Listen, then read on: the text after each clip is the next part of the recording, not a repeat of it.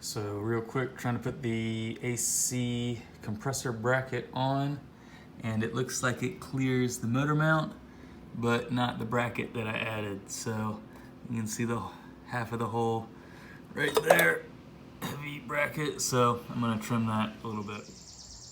Looks like I just trimmed off just enough to clear the alternator bracket, real close there. The holes on this little brace are kind of elongated, so it might have a little bit of play back and forth. And then also the compressor bracket has a little bit of play. So maybe just don't cut it as close as me, but I'm just gonna leave it. Paint that, then we'll put the AC bracket on. So while we wait for the brace for the motor mount bracket to dry, we're gonna go ahead and put the AC compressor bracket in.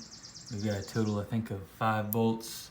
1, 2, 3, this is 4 right there, and then 5 is going straight down into the head. Can't see it in there. But we're gonna go ahead and torque these. I think it's 36 to 49 Newton meters. All right, torquing down the AC bracket. I just got a torque wrench extension and a little universal wobble 14 on there.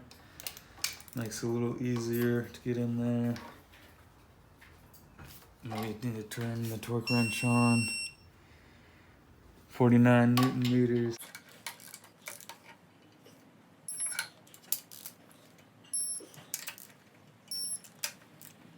Oh no. And then it's just a 12 millimeter for this fifth bolt up here. Definitely not 49 millimeters. Don't know what it is. How about 26? Sounds good.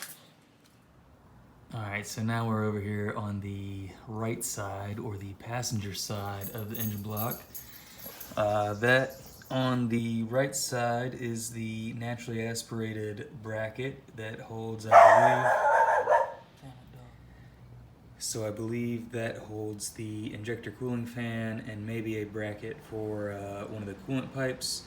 And then on the left is the turbo bracket where the alternator mounts. So I was gonna put these on, but if you can tell, this one's nice and flat. This one's nice and thick. Not a problem because I bought more bolts, but too short because I didn't realize they need to be longer. So let's go get some more bolts. All right, through the magic of video, we now have 40 millimeter M10 1.5 by 40 millimeter. So these will fit now. Turbo bracket for the alternator goes right there. 1, 2, 3 holes. M10 lock washers, M10 by 1.5 by 40 millimeter bolts. We'll take 3 of those. Legos for adults. Maybe I should have waited till I was an adult to play with this shit.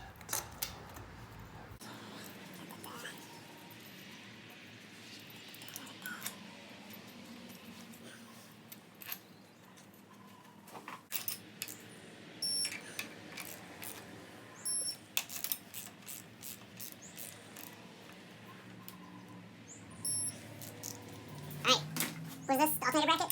The alternator bracket is on. Now we are on to the power steering bracket. It does appear that I've lost 1 bolt. Looks like 1 bolt goes through the engine hanger and through the bracket. 1 bolt goes through the hanger into the bracket, and 1 bolt is behind the engine hanger for the bracket. So I'm gonna take this out. Couldn't find another bolt, and it looks like that's pretty rusty, so there might not have been a bolt in there in the first place. So let's just put this on.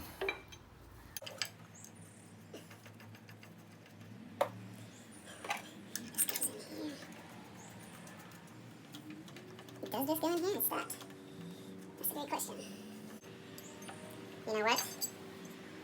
Doesn't the... This goes here. Let me put that in. Let's put this back on.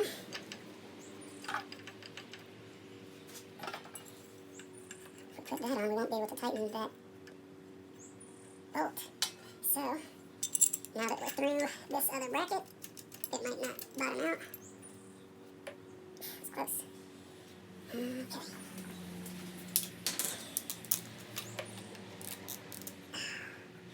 Can't get. Oh, yes. Damn. Oh, that was just bad luck. Okay. I don't know what torque on these is supposed to be. I'm just going to guess around 20, 30. So that's torqued enough. Already got valve covers all scratched. Ooh, even more scratched up. Let's take this, put this in here.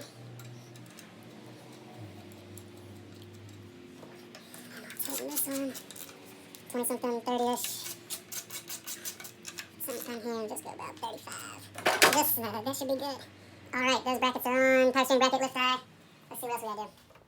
I think I was going to put these two side brackets on. This one helps hold the starter, and then on the other side, right back there, that one just connects to a little bracket, actually to this little bracket that just connects to the transmission. That goes to the engine block. I'm pretty sure this just goes to the transmission on the side over there.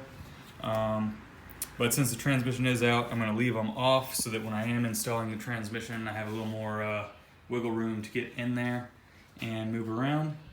So I think our next step is to pull it off the engine stand, put the flywheel, clutch, and pressure plate on, and then I'm going to try and set it in the engine bay.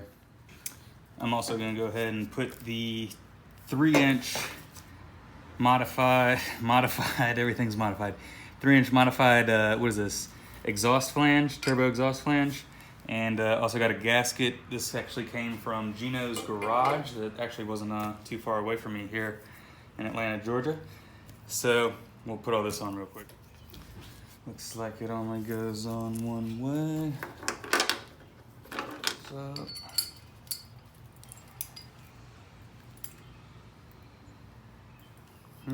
there's a little bit of overlap. I think it's gonna be way too much work to cut all that out, so I'm done cutting. We're just gonna run it. If it works, great. If not, I don't know. So let's go.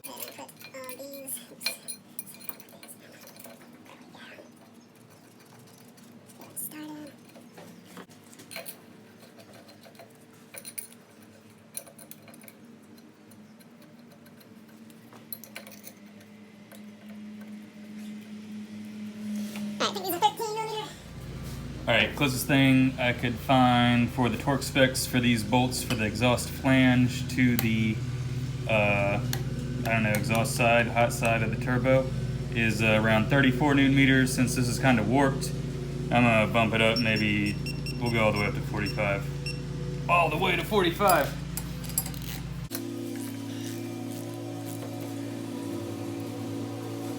That's 31. I'm not doing kind of alternating because it is riding up on this side. I'm going to need to get a different socket.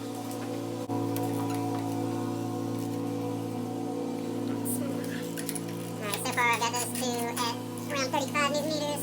We might just do a little two-stage tightening torque. It's around 35. Bop, bop, bop. You want to get this tight.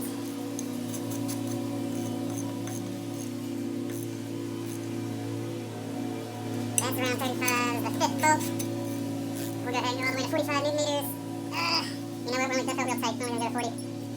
Only going to 40. I could avoid spinning the engine. Ah! Nice.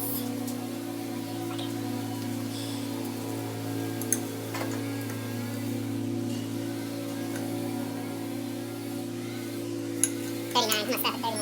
40. 40.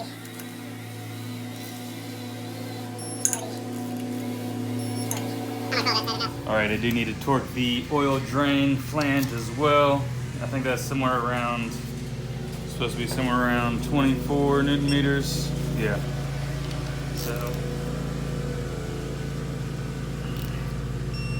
I got that side torqued. I'll just have to tighten the other side with a wrench. So, got one more little bracket. Don't remember what this is for, but I'm pretty sure it slides in right here, back of the left side of the engine block. What's sliding? These are 12 millimeters as well. Just gonna give them a snug.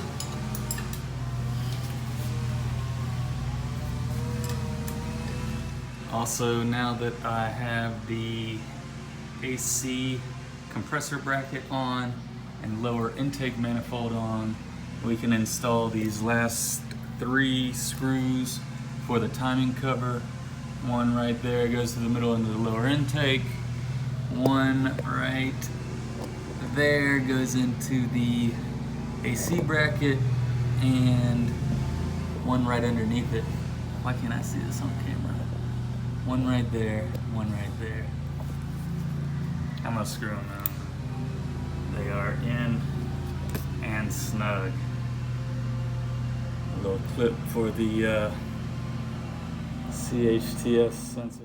We are ready to put the flywheel pressure plate and clutch in. So we're gonna put this rear plate cover on, rear plate, and the flywheel. Couldn't find any specific directions for installing the flywheel, so I'm just gonna torque it in a crisscross pattern. We got the engine off the stand and on the hoist. So first things first, I think this goes, I thought that went right there. Alright, so it looks like just the big cover goes on there, and then I guess this slides up underneath when we put these are the 2 bolts for the left side brace that goes to the engine, and then these bolts over here are for the alternator. So I guess we can just leave this out and then slip it in when we put the transmission on. Alright, got the flywheel here. I couldn't really see any indicators on the crank of, as far as indexing the flywheel on the crank. You're supposed to put it on the way you took it off. But I don't see anything. I'm just gonna put it on and roll with it. So we got the flywheel.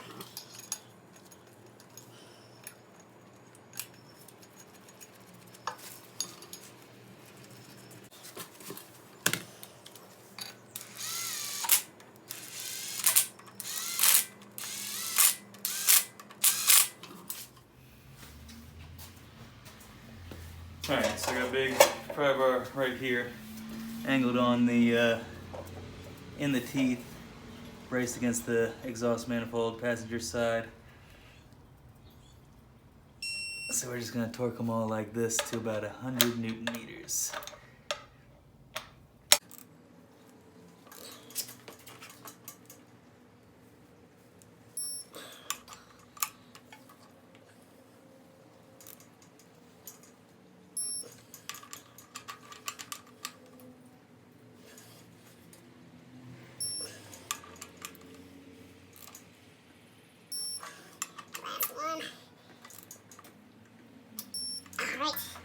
Flywheel's torqued, so for the mess of those teeth too big. Alright, now it's time for the clutch and the pressure plate. Clutch, that little protrusion thing goes towards the rear into the pressure plate, and then should just hang on those dowels like that.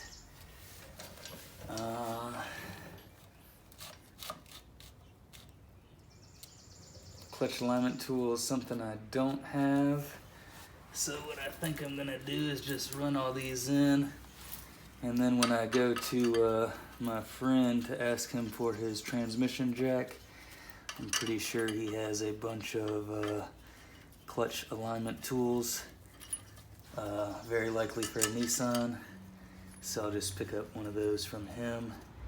And what I'll do is I'll torque the pressure plate when I have the transmission jack and the little, what's that called, clutch alignment tool. So I think for now I'm just gonna run these in finger tight so I can get the motor at least just set in the engine bay.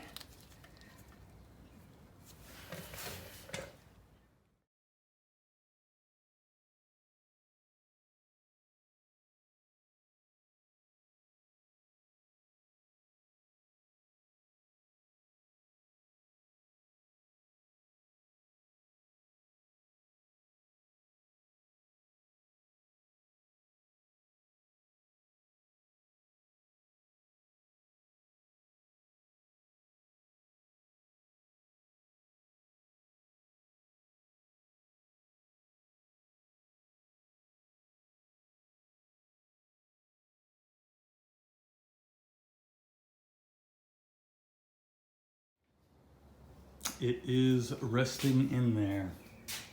Motor is in the engine bay. And let's look at what we need to do here. HX35 is hitting the frame rail right there. I do need to tighten the mounts to make sure that this is the actual location of the engine.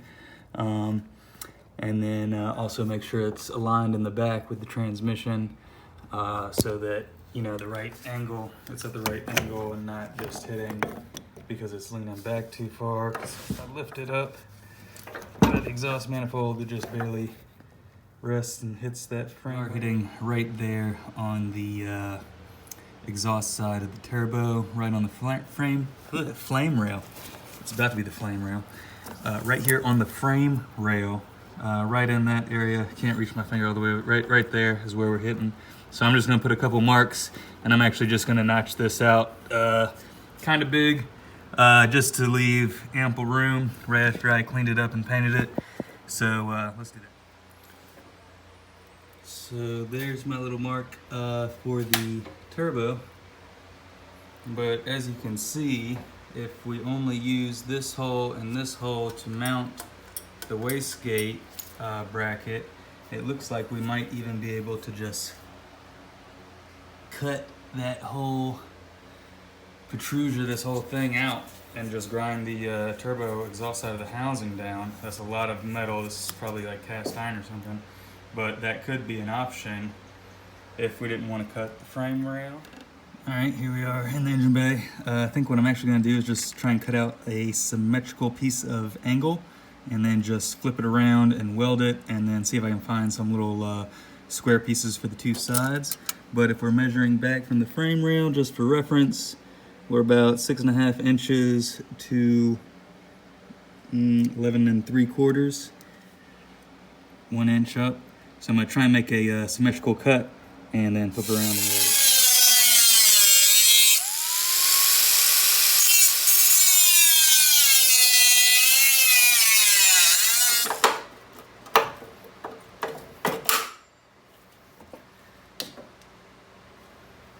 So there's a little structural steel inside the frame rail.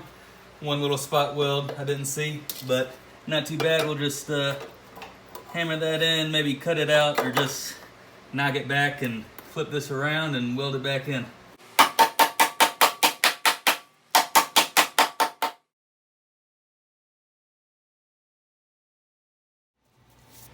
Okie dokie. Let's see. So there we go.